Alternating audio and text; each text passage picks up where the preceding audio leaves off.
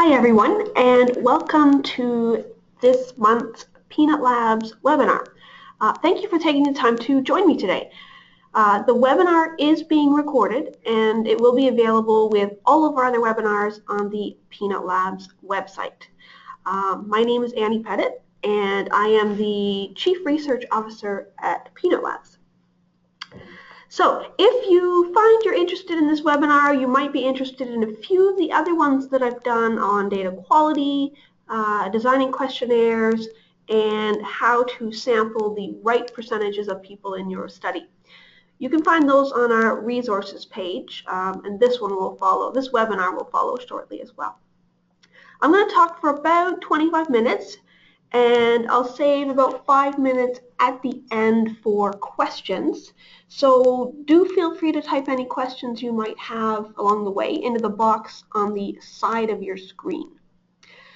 All right, let's get started.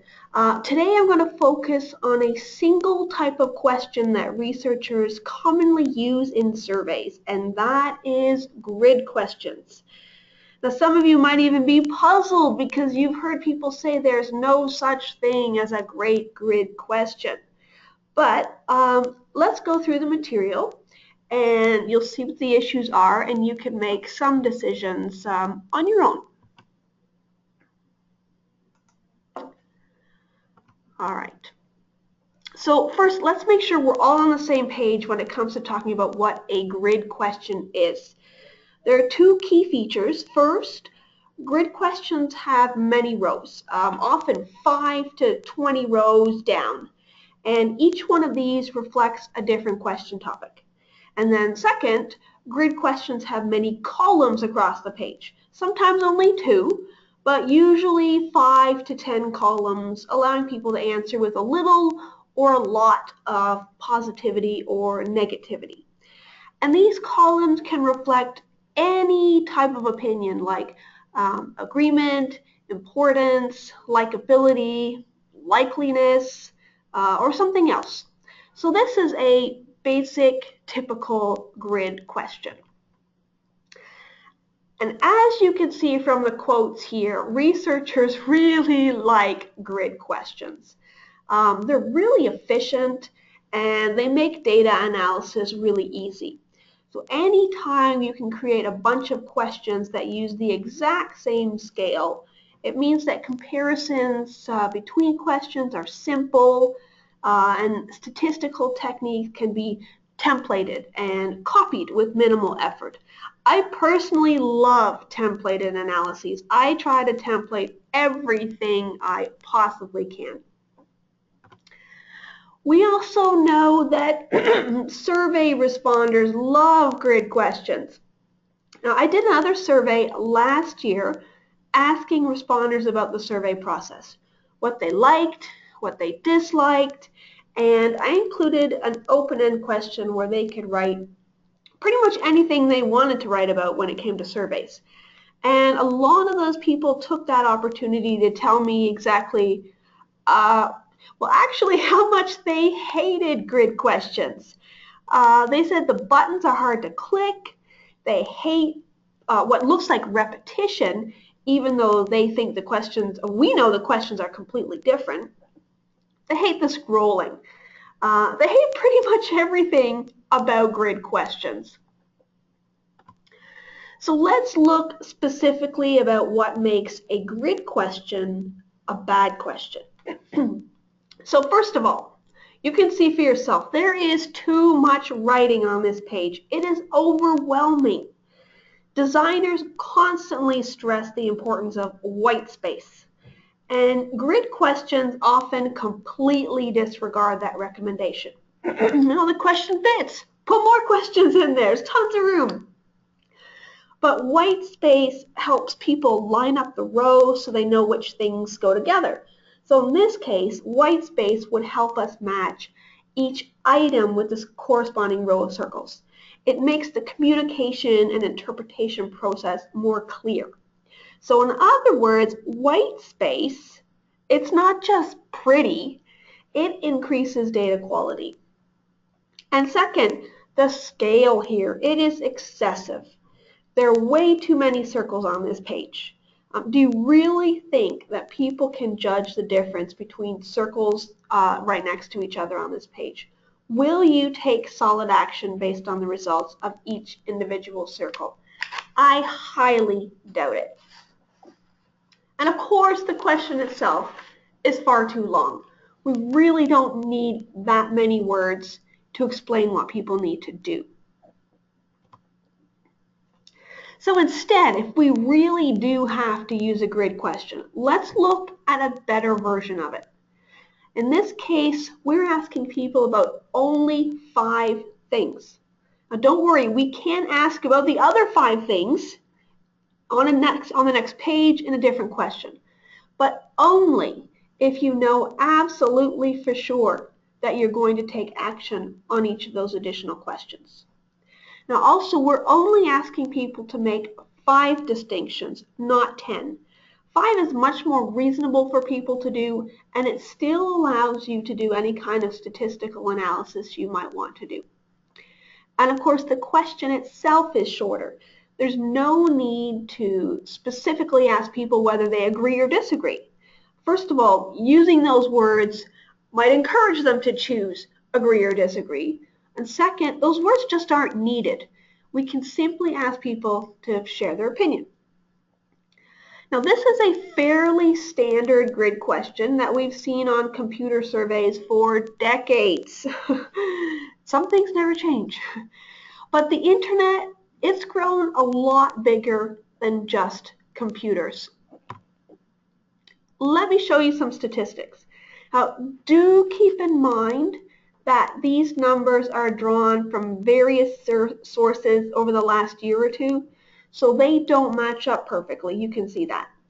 However, if you ignore the precision of the numbers, you can draw some conclusions based on the numbers still. So, in Canada and the USA, around 90% of people have internet at home. And around 85% of people have a cell phone. But because internet and cell phones are so reliable now, no more than 60% of people have a landline telephone at home anymore. In fact, in the US, nearly half of all households only have a cell phone, not a landline. Also in the US, about 15% of people only go online with their cell phone. So what does this mean? Basically, it means people are trying to answer surveys on their cell phones. And this is what we are giving them. Grids on cell phones. This is a best case scenario with a really large cell phone screen. The phone on the right will actually be pretty close to a real size if you're using a 19 by 20 by 1080 screen right now. So if any of you think you can easily read every item and easily click on the button you're intending to click on, I would love to hear from you. On the other hand, I'm over here with George Costanza squinting my face off, trying to read those teeny tiny little numbers. So let's keep working with a kind of realistic phone size. That's about 1/3 of what your survey responders will be using while they are answering your survey. So one thing we can do is increase the font size a lot. So if we drop 2/3 of the questions onto the next page into another question and use white space to our advantage, then this grid of just 5 items, it's much easier to see and respond to. Keep in mind I said easier. I didn't say easy. Those circles are still ridiculously tiny and ridiculously hard to click on accurately. It's going to be nearly impossible to hit the 3rd or the 4th circle exactly. And really, do we expect people to pinch and scroll for every single item? If you think about it, it's really not that reasonable. Now, if squinting and missing the circles isn't enough to convince you, let me show you one more statistic. For those of you who aren't familiar with them, Pew Research is a nonpartisan company that researches attitudes and trends in the USA and around the world. They conduct public opinion polling, demographic research, and other data-driven social science research. Even better, they are revered for conducting top quality, best of the best scientific research. And market researchers, including me, regularly look to them for guidance. It was just a few weeks ago, this year, Pew Research publicly announced they will now make sure that 75% of their research participants are contacted on their cell phones.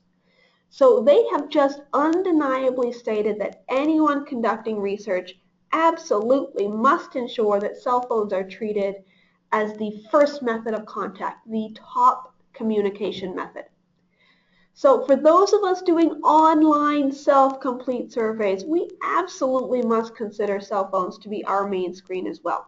We can't simply design surveys for computer screens and then tweak them a little bit so that they aren't so bad on a cell phone. We need to design for cell phones first. Now, fortunately, a lot of survey programming suppliers have worked on this problem for you. If you're lucky, even when you've designed a grid question to be seen on a huge computer screen, if someone tries to answer it on a tiny cell phone screen, they will often get something different. You'll see that your long grid question has been broken up into its smaller components. So if you had a grid question with 5 items, it will probably be turned into 5 separate questions. And that is a good thing. And if you want to be really smart about it, you can even set up your grid questions as individual questions right from the beginning, just to be sure. Now, sometimes you might really want to use a grid question. And if you force yourself to use only 1 or 2 and you follow the rules I'm going to go over now, a well-designed grid question is not a completely terrible thing. I'm pretty sure you can hear my bias here.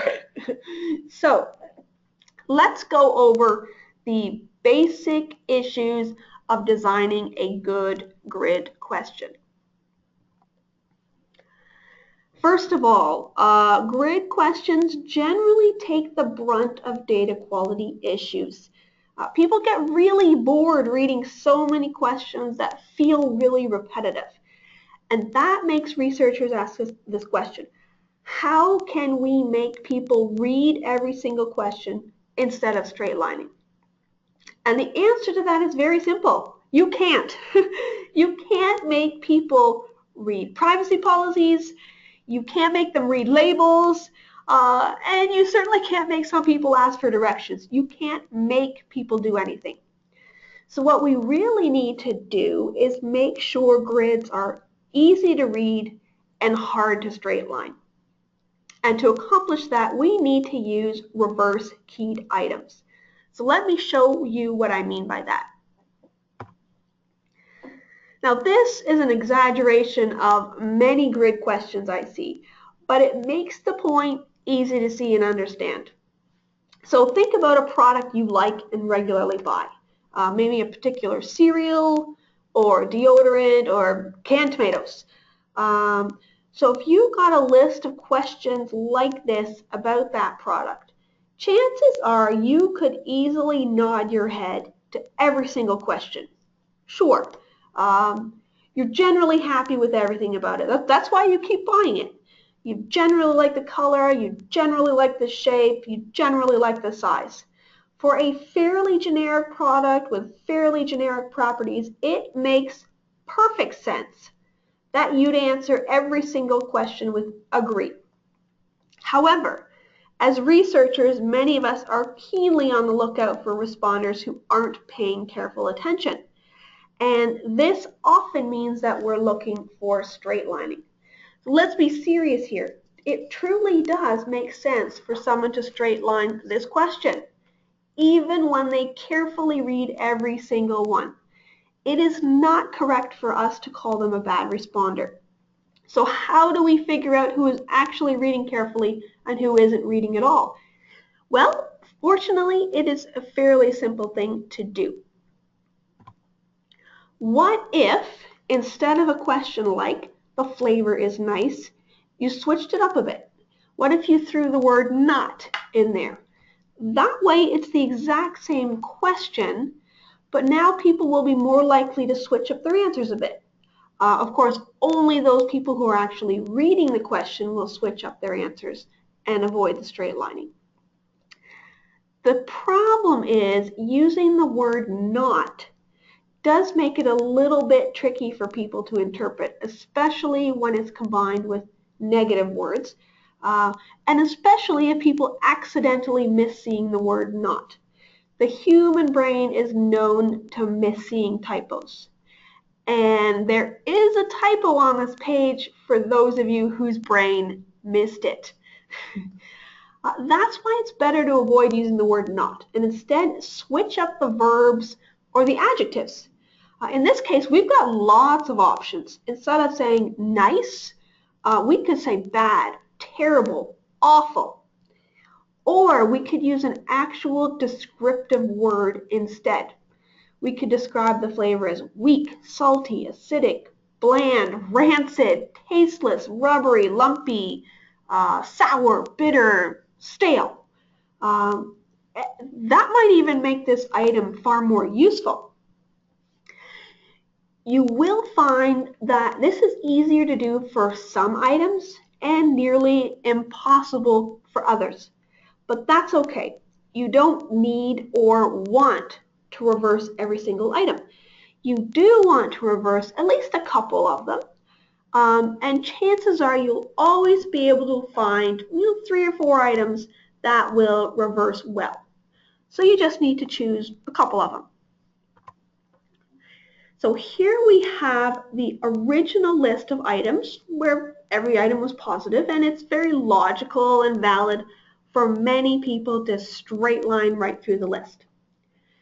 But really, they aren't straight lining. They're answering honestly that they generally like the product. On the other hand, if you look at the second list, half of the items are negative. So not only do we ask about something being attractive and nice and good, we also ask about it being awkward and too big and bland. So let's continue to assume that someone is basically happy and content with our product. That would make it pretty much impossible to straight line and still give out well thought out answers. Anyone who generally likes or generally dislikes the product has got to give answers on the positive side of the scale and on the negative side of the scale. If you're working with a data processing company, you can even ask them to automatically recode the negative items for you so that your data set will still look like all the items are positive. You just have to remember which ones are positive and which are negative. Okay, let's get into some specific items, specific issues at this point. Now, I know it's really efficient to include 10 or 20 or 30 items in a grid question, and I have done that. I confess I have misused grids myself. The problem is once you think of a few questions, you can easily think of a bunch more, and then your colleagues think of more, and then your clients think of more, and in the end, you've got a huge list of items that responders will hate you for. We really need to rein ourselves in here and think about data quality first. And that means making it easy to read and pleasant to look at. So as much as I like reading Charles Dickens, most people get really annoyed when they see dense pages crammed with text. So don't expect survey responders to be any better than you. Don't make them read so much that it annoys them. Keep every grid to no more than 3 to 6 items. The next thing to consider is how many scale points should you use. 5 is very common. We're used to seeing scales like this with strongly agree, somewhat agree, neutral, somewhat disagree, and strongly disagree. And it's very easy to increase that to 6 or 7 or 10 points. But should you? Well, think about a few things first. How will you use the end result? For instance, will you run a completely different marketing campaign for people who scored 7 versus 8? Will you create a completely different product for people who scored 10 versus 11? Will you always report top 3 box and bottom 3 box, which means you really only need 5 or 6 points anyways? It's not fair to responders to fill up a page with numbers that you aren't actually going to use in the end. And also consider this, can people truly differentiate between a 7 and an 8? If I think about those canned tomatoes in my cupboard at home, can I make a valid distinction between what a 7 and an 8 would be? And what if I feel like a 7 right now, but in an hour I feel like an 8? What if I'm having an awesome day and I just feel like saying 8, but normally I would have said 7? So both of these are problems that apply to any scale, regardless of how many points it is. The important thing to note is that there is no such thing as a perfect number of scale points. A 10-point scale is not necessarily more valid than a 5-point scale. You really need to think very carefully about how people will react to the scale that you want to use, and then how you will actually use the data in the end. And given that we want valid data, we need to put responders first. Think about how responders will see and interpret the questions we're giving them first. Generally, what that means is fewer scale points is better. Another common question is whether you ought to label every point. Well, if you're using a 10-point scale, and please don't, you'll probably find it really hard to come up with 10 sensible labels that are evenly spaced.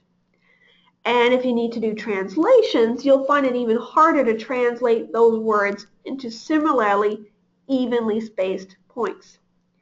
However, this is one case where research has shown that using labels does indeed help keep people from choosing only the endpoints. It also helps everyone think about each point in the same way. For instance, what if one person thinks that the missing label means somewhat agree, while someone else thinks it means slightly agree? So using the labels will help in that situation. And statistically, using labels does make the results more reliable. So as a general rule, most survey methodologists will recommend that you label every point on the scale. Now, another important characteristic to remember is to make sure the scales you use are balanced. One way to do this is to immediately assign a neutral word to the middle of your scale. You could even use the word neutral, or you could say neither agree nor disagree. Then make sure the adjectives at both ends of the scale are the same. So if you say agree strongly on one side of the scale, then make sure you say disagree strongly on the other end of the scale.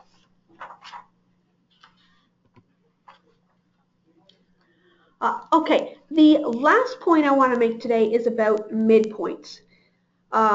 First, we've got a scale with a neutral option. It is possible that some people will want to answer the survey quickly and they won't take the time to think very carefully about whether they agree or disagree with something. That neutral answer gives them an easy way out. It's possible that they would agree or disagree, but they just didn't take the time to consider it. On the other hand, if we don't provide a midpoint, we end up forcing people to either agree or disagree, even if they truly have no opinion about the shade of orange I chose for these slides, or if they've never watched the movie or played the video game before. What will happen is we will annoy a bunch of people and force them to give an invalid answer. And once again, that is bad data. So my advice is this: unless you absolutely must know and cannot proceed with your work unless you know whether people are for or against something, it is a good idea to include a midpoint. So, to summarize all of the rules we've covered, the basic point is this: keep things short, clear, and simple. Few items, few scale points. Make the scale fully labeled, fully balanced, and use reverse keyed items. And most of all, remember that right now, at least a third of people are trying to answer your survey on a teeny tiny cell phone screen. Don't make them squint. Don't make them quit. Really do your best to be respectful of how they want to share their opinions and their time with you.